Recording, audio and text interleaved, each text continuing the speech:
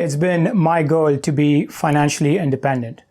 I think most of us have this question: how much do I need to save or have invested so I can quit my job, spend time with family, travel around the world, and never run out of money?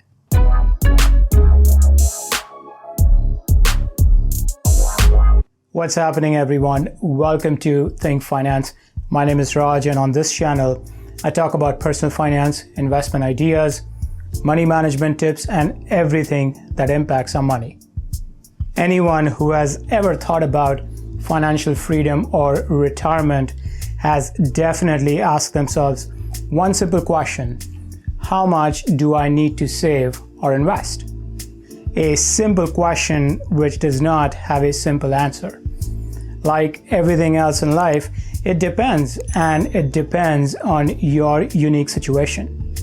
So in this video, I'm going to give you a simple approach to think through this, an approach I use and believe in.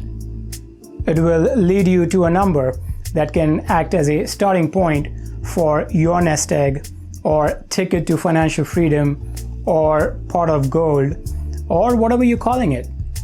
Personally, I hate the term nest egg, so I'm going to call it pot of gold. For some people, gaining financial independence is important. They refuse to work their entire lives. They want time for themselves, maybe travel around the world, or just invest in things they enjoy doing.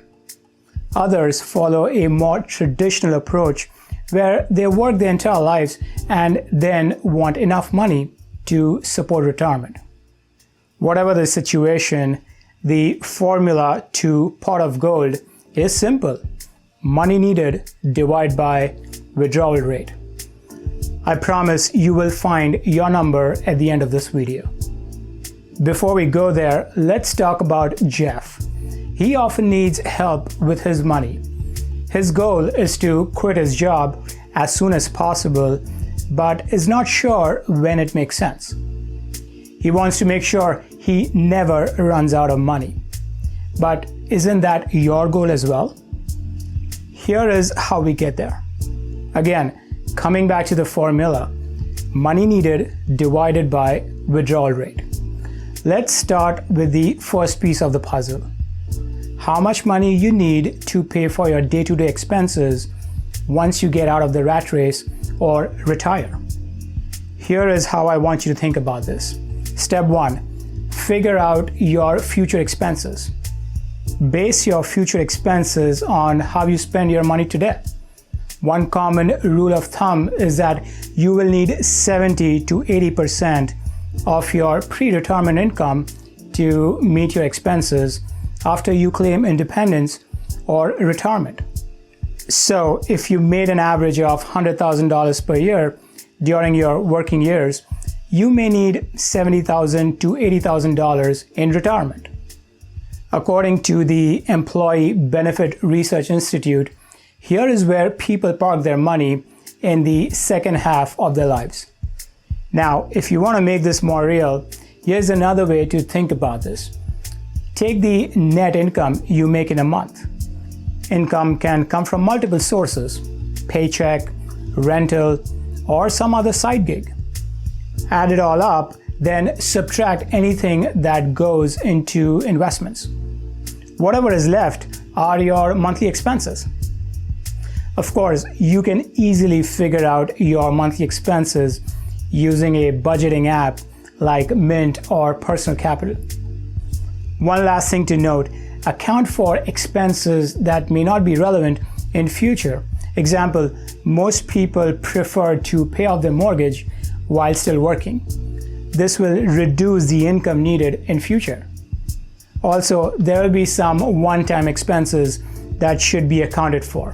For example, paying for a home improvement or funding a wedding or education. The goal is to give you a rough idea for planning. It is an estimate and should be adjusted over time as you get more clarity. All right, so coming back to Jeff, looks like he will need $96,000 annually or $8,000 monthly from his pot of gold to live an independent life. But wait, what about the income Jeff is planning to make when he is independent? Any income can reduce the amount of money you need from the pot, meaning that much less you need to worry today when it comes to savings. Which brings me to step 2. What are your sources of income in future? In future, your expenses will be paid using not just the pot of gold, but any other income you make. Think money coming from Social Security or rental income or something else. According to Social Security Administration, average monthly Social Security benefit is $1,500 or approximately $18,000 annually. You can figure out your number on Social Security website. Let's come back to Jeff. In step 1, we figured that he will need $96,000 annually to live an independent life, of which $18,000 is expected to come from Social Security. Jeff also expects a rental income of $3,000 a month, so that is another $36,000 annually. If you account for these income sources, Jeff really needs $42K as opposed to $96K. That is what will be funded from the pot of gold and something he needs to save for today. Keep that number in mind and let's go back to the formula. Pot of gold equals money needed divided by withdrawal rate. We just solved the first piece of the puzzle.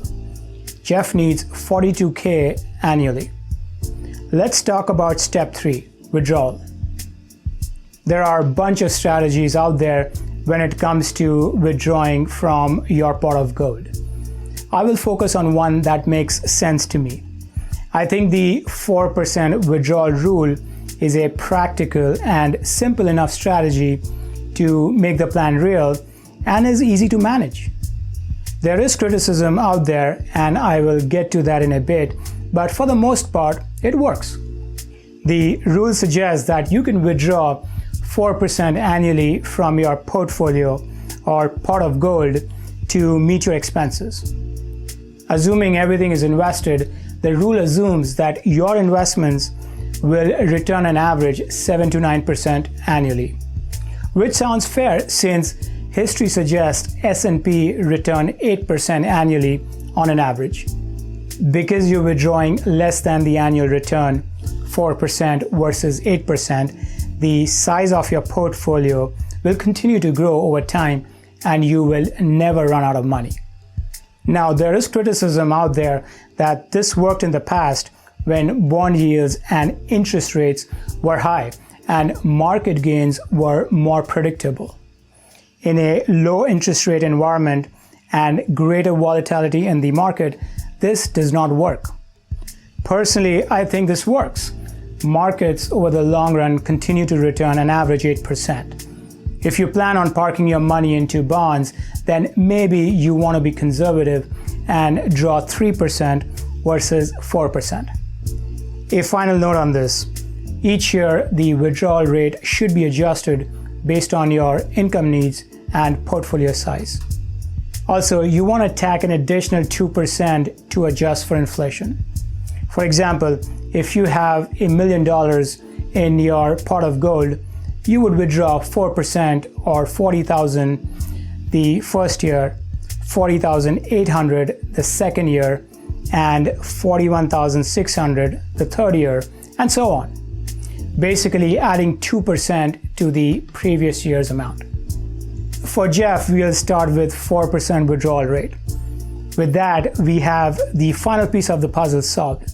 That means you're ready to figure out the pot of gold, or amount of money Jeff needs to have invested before he can quit his job. Let's do the math. Money needed, which is $42,000, divided by withdrawal rate, 4%. Jeff needs a little over $1 million to gain financial independence. That is the target for his pot of gold, and based on the 4% withdrawal rule, he will never run out of money. You're welcome. Few other points to consider. Plan for taxes. For example, If your money is parked in traditional 401k and IRA, expect to pay taxes. But if it is in a Roth, gains are tax-free. Also, most of us will pay taxes on 85% of Social Security income. Talking about Social Security, the longer you push this out, the more money you're eligible to claim. Same is true for retirement accounts. Typically, you will pay a 10% penalty if you withdraw money early. If you plan to quit your job in your 40s or 50s, might make sense to build a portion of your portfolio in a taxable account. I do it in M1 Finance. That way, you can avoid any penalty that comes with withdrawing early from retirement accounts. Finally, healthcare costs and education expenses keep rising at an astronomical rate, something that needs to be planned.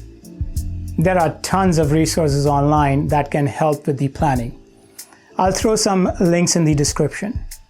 Mint and Personal Capital are great for managing money and planning for your finances. I typically like to do my own numbers and use some of these tools to validate my assumptions and findings.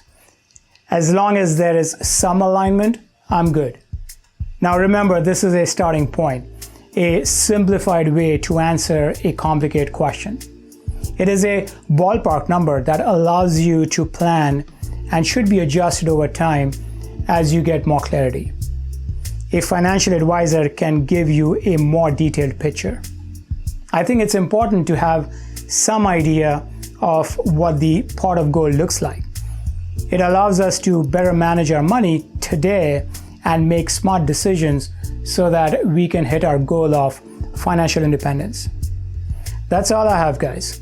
Thanks for tuning in. If this was helpful, smash that like button. And if money gets you going, consider subscribing. Until next time, peace.